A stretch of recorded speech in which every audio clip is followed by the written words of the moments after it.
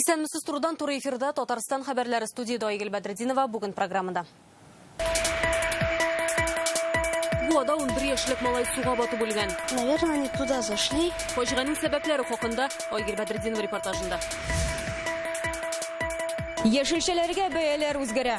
Күп истәлми инде монда. 4-5 сум гына истәлә инде, как говорится. Азык-төлеккә бәяләр кайчан тотрыкланыр? Динәк Самдинова белеште. Берничә миллион сумнарга төшкән тәртип бузулар. Один участников картеля признался, что он действительно создал картельный сговор. Монополияга каршы федераль хезмәтнең Татарстандагы идарәсе нинди кагыйдә бузуларны ачыклаган. Булар хакында Илдар Сафиуллин. Тузган торакта 5 ел. Временное жилье мне один раз уже предлагали на 38 семей и один туалет. Ватутин урамындагы проблемалы йорт буенча бүгенге суд утырышы ничек тәмамланды? Бу хакта Рания Абдрахманова. Янгын чыгып йортсыз, каралты, курасыз калалар. Бик тиз арада бүтән җирне басып алып, сүндерә алмадык инде. Сәгать 11-дә башланган, иртәнге сәгать 4-кә кадәр инде шушы көрәштек. Арча районы Шура авылы имам хатибына ничек ярдәм итеп була? Шулпан Касымова. Бу районында аянычлы хәл монда 11 яшьлек бала суга батып үлгән. Бүген тикшерү комитеты әлеге фаҗига зиннән җинаять эше кузгатты. Саксызлык аркасында кеше үлеменә китерү факты буенча. Фаҗига Әлши авылы янында Зия елгасында килеп чыга. Иптәшләренең күз алдында бер малай су астына киткән. Әмма алар бер көнне дә ярдәмгә чакырмый һәм кайткач бу хакта өлкәннәргә әйтми. Әнисе баласының елгада батуы турында төнлә генә белеп ала. Тулырак алдагы репортажда. Когда бывает жарко, здесь очень много людей. Местами здесь очень глубоко. Бу районы Әлши авылы янындагы Зия елгасы бу җирле малайлар сөйләвенчә якын тирәдәге авыллардан монда су кыйнырга еш киләләр. Урыны белән су тирән, анда кыйну рөхсәт ителми. Вон там все люди всегда купаются. Там можно прыгать всегда щучкой, как все прыгают сальтой. Ну, сейчас это мода. И вот, наверное, они туда зашли.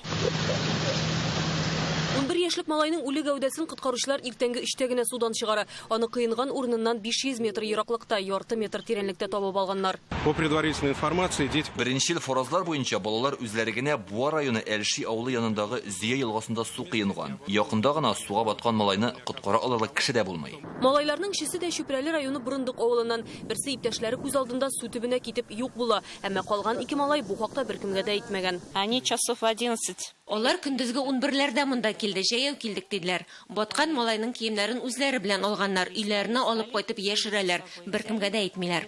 Баласының юкка чыгуын әнисе төнгә каршыгына белеп ала. Шунда ук коткаручыларны чакырта. Ни өчен яшьтәшләре малайның батып үлгәнлеге хакында көндез үк хәбәр итмәгән. Нигә киемнәрен алып кайтып качырып куйганнар? Сораулар күп. Аларга тикшерүчеләр һәм прокуратура хезмәткәрләре җавап эзли. Было установлено, что когда они купались, Балалар суда кыйнганда 11 яшьлек малайны агым читкә алып киткән. Аның шыңгылга эләгеп батуы ачыкланды. Әлеге факт буенча җинаять эше кузгатылды. Җинаять эшен саксызлык аркасында кеше үлеменә китерү маддәсе буенча кузгаталар. Прокуратура әлеге эшне аерым контрольгә алды. Исегезгә төшерәбез, ел башыннан Татарстан сулыкларында 87 гадәттән тыш хәл килеп чыкты. 69 кеше батып үлә, шуларның 6-сы балалар. Өлкәннәр нигездә исерек килеш һәм тиеш булмаган урыннарда су кыйнып баталар. Елга күлләргә балаларның үзләрен генә җибәрү дә аяныч тәмамлана. Буадан Айгөл Бәдретдинова, Вероника Гайнетдинова, Яңа гасыр каналы. Республикада ким дигәндә тагын бер атна эссе булачак. Россия синоптиклар бүген якындагы көннәргә фаразын җиткерде. Гидрометеорология үзәге җитәкчесе Роман Вильфанд белдергәнчә, кызу һава торышы безнең республикада гына түгел, илнең башка төбәкләрендә дә күзәтелә. Температура нормадан 7-10 градуска югары булачак. Идел буе округында да 35 градуска кадәр эсселек фаразлана. Бу шимбәдә Татарстанда температура бераз төшәчәк, яңгыр булуы ихтимал. Аннан тагын эсселәнә. Иртәгә исә республикада урыны белән көчле җил чыгарга мөмкин. Сак булыгыз.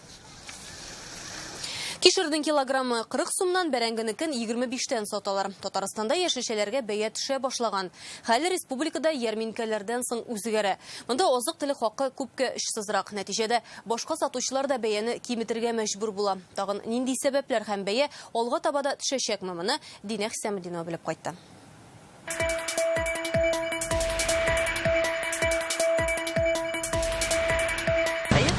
Бәяләр төште. Халык күбрәк кире башлады хәзер. Гөлнара Фәтхетдинова гомер буе яшелчә, җиләк, җимеш сата. Июльдә яшелчә сатмадык ди. Кишернең килограммын 120, чөгендерне 150-170 ка алучы бик аз була. Хәзер бәя төшкән. Кишерне 40, бәрәңге 20-25 сумга, суганны 15, чөгендерне 30 сумга саталар. Ну, без тигезләргә тырышабыз инде. Кайда кыйбатрак алсак, барыбер шул эшсез бәягә куябыз без аны, потому что аны артык күп сатып булмый, бөтен кешенең мөмкинчелеге юк. Яшелчәләргә бәяләр үзгәрүен сатып алучылар да сизгән. Хәзер төште бит. Хәзер төште бөтен әйбернең бәяләре шамалы. Кыйбатмы монда бәяләр кишергә, кәбестәгә? Пока уже лучше, әйбәтрәк. Бәрәңге Чувашиядән, кишер Волгоградтан, суган үзебезнеке. Сатучылар керемне күпләп сатканда гына алабыз диләр.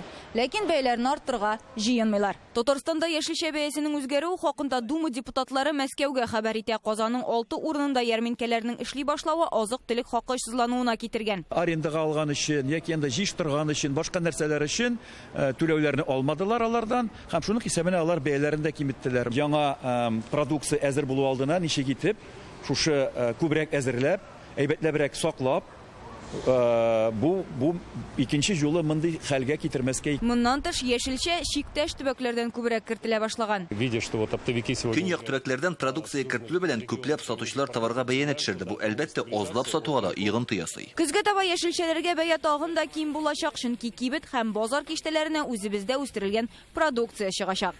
Динәк Самдинова, Марат Зәйдуллин, Яңа Гасыр каналы. Монополиягә каршы федераль хезмәтнең Татарстандагы идарәсе быел дәүләт ихтыяҗы өчен сатып алуларны контрольдә тоту буенча тикшерелгән эшләргә нәтиҗә ясады. Илкүләм проектларны тормышка ашырганда һәр икенче очракта хокук бозылган, бәяне нигезсез арттыру яки башка юллар белән акча үзләштерергә тырышу. Кайчагында заказ бирүчеләр үзләре дә җитди хата ясый. Булар хакында Илдар Сафиуллин. Один участников картеля признался, что... Мәскәүнең һәм Алтай крайының ике оешмасы вәкилләре Татарстан Урман хуҗалыгы министрлыгы акчасын үзләштермәкче булган. Янгын сөндерү машиналарын базар бәясеннән арттырып сатарга теләгәннәр. Тик кыңгыр эшләрен монополиягә каршы федераль хезмәтнең Татарстан идарәсендә фаш итәләр.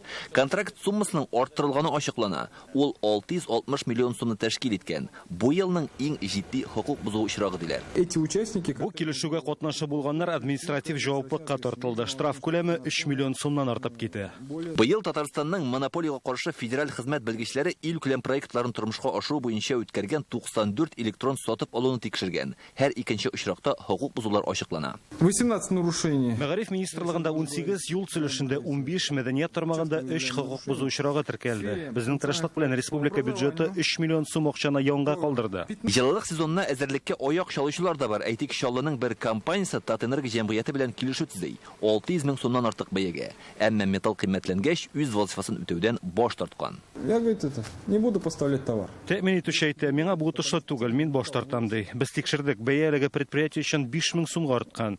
Без эшне судка тапшырдык. Әлеге компания намуссыз оешмалар реестрына кертелде. Әгәр йөкләмәне үз өстенә алган икән, үтәргә тиеш. Балык Бистәсе районы башкарма комитеты үз хатасыннан үзе зыян күргән. Район җитәкчелеге юлларны тәртиптә тоту буенча конкурс игълан иткән һәм техник биремдә 30 декабрьдә эшне төгәлләргә дигән. Тик магистральләрне көн сайын даими рәвештә тәртиптә тора кирәклеген күрсәтергә онытканнар. Поставщик говорит, я буду выполнять по контракту. Юл буйларында шуп үләннәр үсә бит. Урамнарны да гел себереп торырга кирәк. Заказ бирүчеләр уйлап бетермәүләр аркасында кыен хәлгә калганнар. Хәзер монополиягә каршы хезмәт идарәсе яшелчә бәяләре артуында күзәтеп тора. Бу өлкәдә әлегә хокук бозулар ачыкланмаган.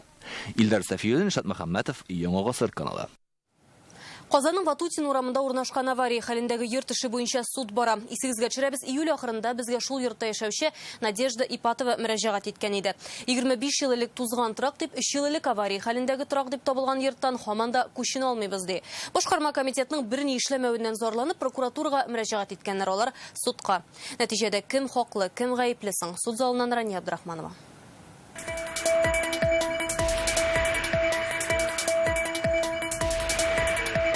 Сегодня я просто хочу данное исковое требование уточнить. Вахитов районы суды залында тузган тракта яшәүче Надежда Ипатова, аның адвокаты һәм прокуратура хезмәткәре. Икенче якта Казанның башкарма комитеты вәкиле. Бу инде аларның 3нче очрашуы. Шәһәр хакимияте йортны авария хәлендә дип таныр өчен дә күп вакыт китте. Аннары бу гаиләләрне тузган трактан күчерү программасына кертмәгәннәр.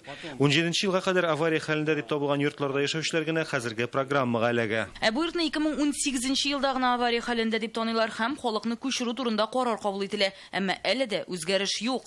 В настоящее время действует муниципальная адресная программа. Бүгенге 2019-2023 елларга кадәр адреслы ярдәм программалары каралган. Ул 2017 елга кадәр авария хәлендә дип табылган йортларда яшәүчеләргә кагыла.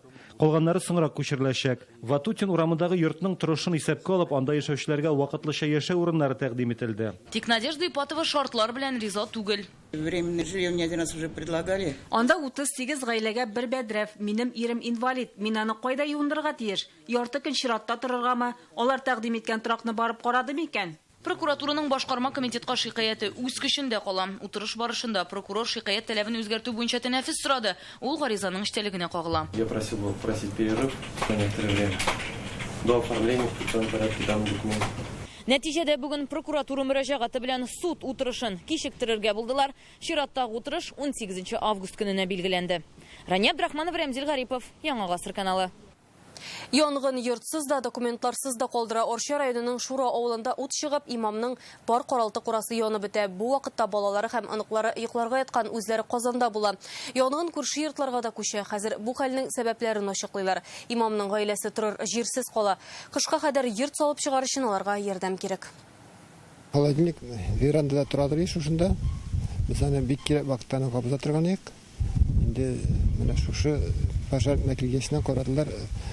Ошак загарание отсюда дибендә әйттеләр инде. Бу көнне Илдар хәзрәт хатыны белән Казанга Мөхәммәдия мәдрәсәсенә имтихан тапшырырга киткән була. Өйдә кызлары белән кияве, оныклары һәм тәрбиягә алган малайлары кала. Янгынны беренче булып кызлары күреп ала һәм башкаларны уятып чыгара. Ут бөтен өйне камап ала. Йорттан берни дә алып чыга алмыйлар. Без кадип әйткәндә инде янып бетеп барадыр. Ялан аяк бөтенесе. Кызым да киявендә шул нидән шорттан дигән чыкканнар инде. Бөтен evler yanıp bitti, bütün dokumentler yanıp bitti. Утны сүндерергә бөтен авыл халкы килгән. Янгын сүндерү машинасы 40 минуттан соң гына килеп җитә. Шул хәтле пламени прям кызыл булды. Чистый шикелле, на самом деле дөнья бетәмени. Шул хәтле итеп, шуннан яшьләр килеп бөтенесе бик каты булышты. Менә бу күрше әбиләрдән кайда чиләктә, кайда нидә ванныйда сулар бар, шуларны ташып бетердек. Янгын йорттан Коралты курага күчә, мунча, тавыклар сарае һәм күршеләрнең лапаслары яна башлый. Шулай ук күрше йортны да саклап калап булмый. Монда инде күптән беркем дә яшәмәгәнгә зыян күрүчеләр юк. Хәзер Шәймәрдановларны күршедә генә яшәүче энеләре үз өенә сыендырган. Вакытлыча биредә торалар. Авыл халкы булдырылганча кием салым белән дә акчалатада ярдәм итә. Безнең якта 4 авыл инде, Байкал, Шура бар Сәрдә. Алардан халыктан менә халык тоже теге ярдәм инде ул. Шул акчалаталар ярдәм биреп, без менә үз шуларны җыеп буларга тапшырачакбыз шушы көндә инде. Илдар хәзрәт бу авылга 3 ел элек күченеп кайткан. Йорт сатып алып, аны яңарта һәм җиһазландыра. Барсы да аны хөрмәт итә, мулла итеп куялар. Хәзрәтнең бу нигездән бер дә китәсе килми. Шуңа иендә бирегә салырга тели. Игелекле кешеләр ярдәменә мохтаҗ. Безнең инде теге үзебезнең йөртүсе киләчәки шушында инде хезмәтебез кирәкнән теге җирәккә ярап булып тора инде. Илдар хәзрәт үз намазларында һәр вакыт илнең тыныч, имин булуын, бар кешегә дә саулык, сәламәтлек тили. Хәзер аның үзенә ярдәм кирәк. Орча районыннан Чулпан Касыймова, Данил Филатов, Яңа Гасыр каналы. Казанда 2 гасыр элек салынган иске таш мәчетне төзекләндерә башладылар. Ул тарихи хәтер дип аталган федераль проект буенча башкарыла. Ремонт мәчетнең беренче катында бара. Намазны әлегә икенче катта укыйлар. Мәчет бинасында моңа кадәр сәнгать мәктәбе эшләгән, хәзер исә корылма тулысынча мәчет карамагына күчә. Эш барышы белән бүген Россия Дәүләт Думасы депутаты Илдар Гыйлметдинов танышты. Ремонт өчен федераль бюджеттан 30 миллион сум акча бүленгән. Гомуми сума 143 миллион. 2023 елда мәчет тулысынча әзер булырга тиеш. Иске таш мәчете ул безнең иң борынгы мәчетләрнең берсе 1801 елда ук төзелгән. Мондый мәчетләр безнең Казанда күп түгел, алар барсы да федераль федераль милектә торалар һәм инде бөтен Россия өчен әһәмиятле мәчетләр дип саналар. Менә мәсәлән без күптән түгел генә Әҗим мәчетен эшләп битердек. Соңгы тәүлектә Россиядә тагын 22 меңгә якын кешегә коронавирус диагнозы куелган. Мәскәүдә ковид юктыручылар 2 меңнән арта, Санкт-Петербургта аз гына калыша. Мәскәү өлкәсендә 1143, Башкортстанда 281 очрак. Татарстанда соңгы тәүлектә тагын 50 кеше коронавирус белән авырый башлаган. Аларның 14 хастаханәдә дип хәбәр итә республика штабы. Әлеге вирустан соңгы тәүлектә өлкән яшьтәге тагын 5 хатын кызның гомере өзелгән. Татарстанда 901 мең ярым кеше ковидтан вакцина ясаткан, 707 меңгә якыны икенче дозасында. Коммерцияле булмаган оешмалар халыкның сәламәтлеген һәм иминлеген кайгырта алсын өчен бүген нәрсә эшләргә кирәк? Белгечләр Казанда җыелып бүген шул хакта фикер алышты. Очрашуда Дәүләт Думасы депутаты Айрат Фәррәхов катнаша. Ул билгеләп үткәнчә, коммерцияле булмаган оешмалар ярдәмендә Татарстанда паллиатив ярдәм хезмәте барлыкка килде. Хәзер республикада икенче хоспис төзелә. Белгечләр фикеренчә, хәзер коммерцияле булмаган оешмаларның мөмкинлекләрен закон нигезендә ныгытырга кирәк. Чтобы социально ориентированные некоммерческие организации социаль юнәлештәге коммерцияле булмаган оешмаларның вәкаләтләре эшмәкәрләрнеке кебек булсын иде. Кредитлар алу мөмкинлеге дәүләттән заказлар алганда квоталар аларга да җитәрлек булырга тиеш. Республика көненә Татарстан халкы өчен бүләк, башкалада нинди ял итү урыннары һәм яңа объектлар ачылачак. Бу хакта Реальное время интернет газетасыннан укыгыз.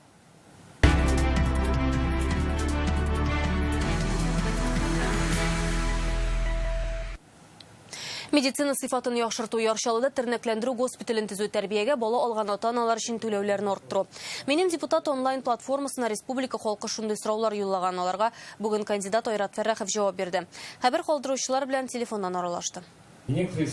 Самое главное, после того, как это обращение фиксируется, барлык мөрәҗәгатьләр язып алына һәм аның буенча эш бара. Проблемалар чыннан да бар һәм кешеләр аларны шишәргә тырыша. Яшь гвардия Татарстан районнары буйлап халыктан тәкъдимнәр туплый. Бу эш турында бүген Маяковский иҗат мәйданчыгында да сөйләштеләр. Биредә яшьләр оешмалары активистлары һәм политзавод проектында катнашучылар очрашты. Алар белән Ольга Павлова да аралаша. Яшьләрнең социаль проектларны тормышка ашыру, эш белән тәэмин итү, авыл инфраструктурасы турындагы тәкъдимнәрне бердәм Россиянең халык программасына керәчәк. Приятно, что молодые люди... Яшьләрнең җитди сораулар бирүе сөендерә, аларны закон чыгару өлкәсе кызыксындыра, сайлауда да бикләп катнашалар. Бу ил тормышына бетараф түгел дигән сүз. Шулай булырга тиеш тә. Бүген республиканың инвестицияләр үсеше агентлыгында 100% Татарстан дип аталган халыкара онлайн форум башланды. Ул бу елның көн үзәк темасы фән һәм белемгә багышлана. Форумда катнашырга дип бөтен дөньядан 15 мең кеше теркәлгән. Туры эфирларга дөнья күләм танылган белгечләр чакырылган. Белем бирү тармагында Татарстан нинди алдынгы тәҗрибәсе белән уртаклаша ала? Киләсе репортажыбыз шул хакта. Вот, друзья, и ответ нашего главного эксперта. Видео төшерү мәйданында 50 кеше туры эфирның үзәгендә белем алучы бала һәм аның ата-анасын борчыган мәсьәләләр. Ничек хәдәр сайларга, кайчан эшли башларга, 3 көн барган форум сабыйны шәхес буларак формалаштыру юлларын күрсәтәчәк. 15770 кеше әлеге чарада катнашу өчен теркәлгән инде. Безнең тамашачылар, алар Татарстан Республикасыннан, алар бөтен дөньядан, алар Россия шәһәрләреннән. Бу ел без мәгариф турында сөйлибез. Бездә синхрон перевод бара татарча теленә, инглиз теленә 3 көн эшлибез. Республиканың инвестицияләр агентлыгы яздырып барган әлеге эфирны 100% Татарстан сайты аша бөтен дөнья карый ала. Если человек не может себя почувствовать конкурентоспособным в нашей экономике... Безнең икътисадта кеше үзен көндәшлеккә сәләтле итеп тоя алмаса, бәхетле дә була алмый. Татарстанның 2030 елга кадәр исәпләнгән үсеш стратегиясендә кеше капиталын үстерү мөһим максатларның берсе булып тора. Кадрларның белеменә, дөнья күләм көндәшлегенә игътибар итәргә тиешбез. Сыйфатлы белем алган кешеләр генә үз эшен башлап җибәрә ала. К счастью, мы в этом году одновременно строим и один детский садик. Социаль-икътисади үсеш буенча республикада алдынгы булган Лаиш районы белем бирүдә дә уңай үрнәге белән уртаклаша. Район башлыгы онлайн форумга чакырылган кунакларның берсе. Безнең районда бик алдынгы инвесторлар, алар үзләренең иштирүче предприятиеләр бездә оештыралар. Монда эшли торган кадрларның саны 1000 2000 һәм алар барысагын югары белемле балалар бакчасыннан башлап, безнең инде полилингвальный балалар бакчасы, безнең киләчәктә була полилингвальный мәктәп, без кадрларны, балаларны яшьтән үк шушы алдынгы Россия күләм, дөнья күләмендәге алдынгы предприятиеләргә эшкә кергән әзерләргә тиешле булабыз. 100дән артык белгеч халыкара экспертлар белән фикер алышу мөмкинлеге, араларында Татарстан Дәүләт Совет рәисе Фәрит Мөхәммәтшин, Россиянең танылган журналисты Анатолий Вассерман, нейрология һәм психология фәне галиме Татьяна Черниговская да бар. Тормыш иң яхшы укытучы. Иртәгә шулай дип аталган пленар утырыш көтелә. Ул 100% Татарстан форумының төп өлеше. Анда Татарстан һәм Россия галимнәре, укытучылар, академиклар, сәләтле балалар катнашачак. Теләгән һәркем форумны 100% Татарстан сайтына кирип карый ала. Кыйммәтле бүләкләр оту һәм туры эфир вакытында белгечләргә сораулар бирү өчен исә шул ук сайтта алдан теркәлергә кирәк. Айгөл Бәдретдинова, Александр Лобанов, Яңа Гасыр каналы. Татарстанда мәктәп укытучыларының халыкара фестивале быел беренче тапкыр онлайн форматта да узачак. Бүгенге форумда 2000-нан артык кеше катнашырга теләк белдергән. Шуларның 300-е Татарстан мөгаллимнәре. Мәктәп укытучылары фестивале республикада 2010 елдан бирле оештырыла. Быел Алабугадагы форумга кунаклар Санкт-Петербург, Оренбург, Чиләбе, Пермь һәм күрше төбәкләрдән килер дип көтелә. Россия һәм чит ил югары уку йортларының галимнәре һәм белгечләре чыгыш ясаячак. Фестивальдә 21 гасыр дәресе, 21 гасырда уку әсбабы нинди булырга тиешлеге, яңа тәрбия чаралары, милли белем бирү юнәлешләре турында сөйләшәчәкләр. Сегодня педагогика очень мобильная. Бүген педагогика белеме бик үзгәрүчән, ул торган сайын яңара һәм заманчалаша. Вакыт шундый таләпләр куя. Шуңа белем бирү системасында эшләүче белгечнең хәзер белеме дә, сәләте дә, тәҗрибәсе дә зур булырга тиеш. Укытучы ул мөгаллим дә, психолог та, сәламәтлек саклау белгече дә. Чөнки баланың сәламәтлегенә бәйле хәлләрдә булырга мөмкин. Навыков, опыта. Казанда ВИЧ-ны ачыклаучы тест ясатырга була. Башкалар шундый ил күләм акциягә кушылды. Шәһәр үзәгендә мобиль бригада эшли. Анализны бушлай алалар, нәтиҗәсе 15 минут эчендә билгеле була. Табиб киңәшләрендә тыңларга мөмкин. Акция ковид белән бәйле саклык чараларын үтәп уздырыла. ВИЧ тестын бер көн эчендә 100дән артык кеше ясаткан. Тестның достоверности 99%, ул 15 минут эчендә әзер була. Һәр теләгән кешене бу чарага чакырып калабыз. Үзегезнең ВИЧ статусыгызны белергә чакырабыз. Очень часто безгә ешрак хатын-кызлар мөрәҗәгать итә, алар үз сәламәтлегенә игътибарлырак.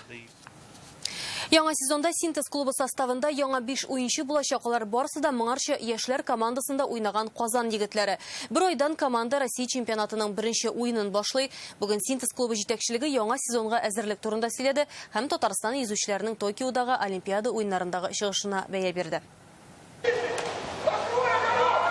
Синтез узган сезонда Россия чемпионатында һәм ил кубогы уеннарында бер тапкыр да җиңелмәде. Клуб җитәкчелеге моны моңарчы күрелмәгән югары нәтиҗә дип бәяли. Наша команда Синтез.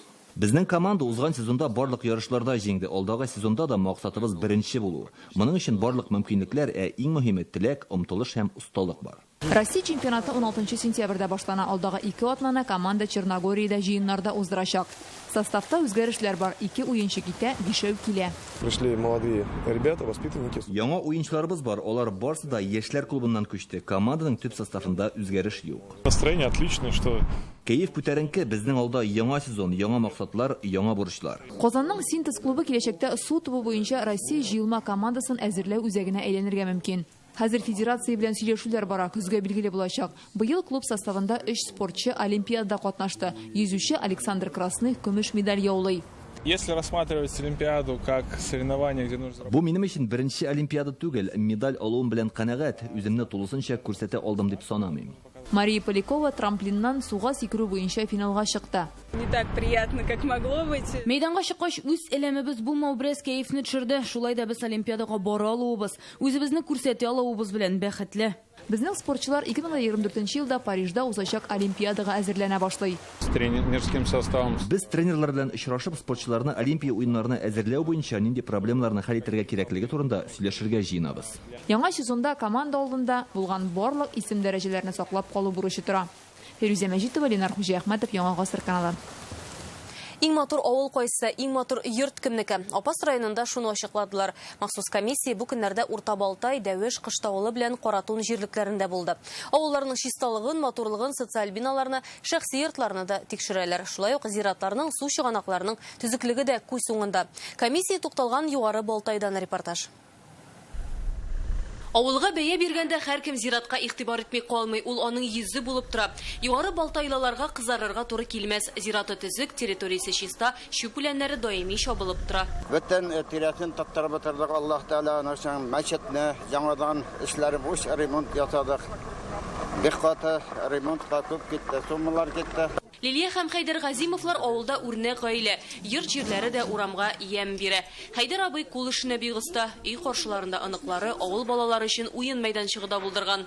Ушак балалар киләмендә булар.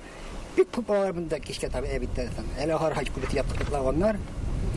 Монда алар мәскәләр, мен уйнатсыннарга ятадып әтелмәскәләр, кешкәләр. Югары Балтай уртасында мәдәният йорты балкып тора. Ул 2017 елда республика программасы нигезендә төзелә. Тирә ягында кулдан эшләнгән акышлар, кое, чәчәкләр. Бу гүзәллекне булдыруда мәдәният йорты мөдире Гөлия Мусинаның гаиләсе дә катнашкан. Хәзер чәчәкләр белән бизәсәк, кышкыны клубаларын, фигуралар белән бизәп куябыз, бик матур иттереп. Узган елда, алдагы елларда да бик матур иттереп, авыл көннәр уздырдык. Үзешчән шагыйре, олы йөрәкле мөгаллиме Вәзимә Рәхимова шушы авылда югары Балтайда гомер итә. Ул туган ягы белән горурлануын яшерми. Югары Балтай авылымны яратып яшим.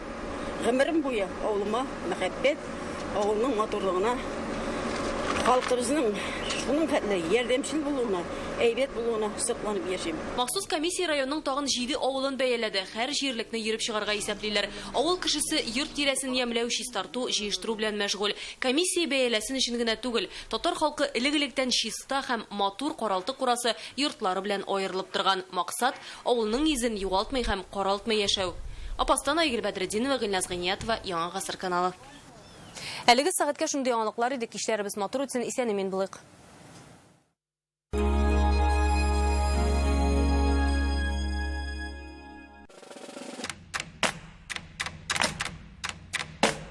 Вклад 6 звезд. До 6% годовых.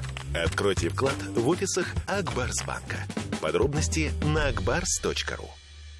Татарстанда 9-нчы ел сайын уздырыла торган Ачык Республика телевизион эшләүче эшләрне «Наше время, безнең заман» иҗат фестиваленә старт бирелде. Катнашу шартларын bzzm.ru сайтында белә аласыз. Хорошую аптеку я могу угадать с 3 нот.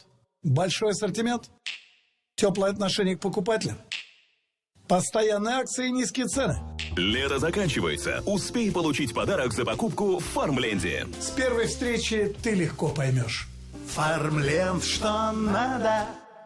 Если вы носите очки, это реклама для вас. Весь август в салонах Корт Оптика. Очки для зрения на заказ по пакету «Эконом» всего 990 рублей. Каждый завтрак может стать особенным, если на столе сливочное масло Акмай. Акмай – все как по маслу. Хирургическое лечение в стационаре «Здоровье семьи». Высококвалифицированные хирурги. Современные операционные, комфортные палаты. Казань, 2-я юго-западная, 35. В Казанском цирке с 24 июля новая цирковая программа «Дикая планета».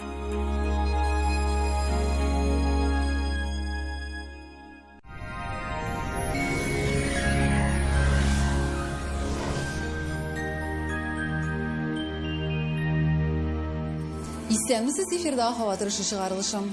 Җөмһүриятебездә антициклон йогынтысында эссе һәм явым-төшемсез һава торышы саклана. Менә киләсе тәүлектә дә Яндекс погода мәгълүматы буенча көньяк көнчыгышта Бөгелмә Балуазына каялмәттә аяз көн 31 градус җылы. Төньяк көнчыгышта Түбән Кама, Йорчалы, Алабугада кояшлы, температура 33 градус. Төньяктан Актаныш, Әгерҗе, Менделеевскида алмашынучан болытлы һава, җылылык 32 градус. Төньяк көнбатыштан Арча Кукмара Балтачта эссе, температура 33 градус җылы. Көньяк көнбатышта Боларбай Чүпрәлдә аяз көн 33 градус җылы. Чистая Нурлат Мамадыш Чирмешәндә кояшлы 30 градус җылы. Төнлә республикабызда 16-21 градус. Сезнең өчен яңа бер мәгълүмат. Доктор Оз федераль шелтәрнең медицина үзәге сезгә операциясыз һәм авыртусыз умыртка баганасы һәм буыннар белән булган проблеманы хәл итүдә ярдәм итә. 12 ел дәвамында Россиянең 10 шәһәрендә клиника табиблары ярдәмендә 70 меңгә якын операцияның кирәге калмый.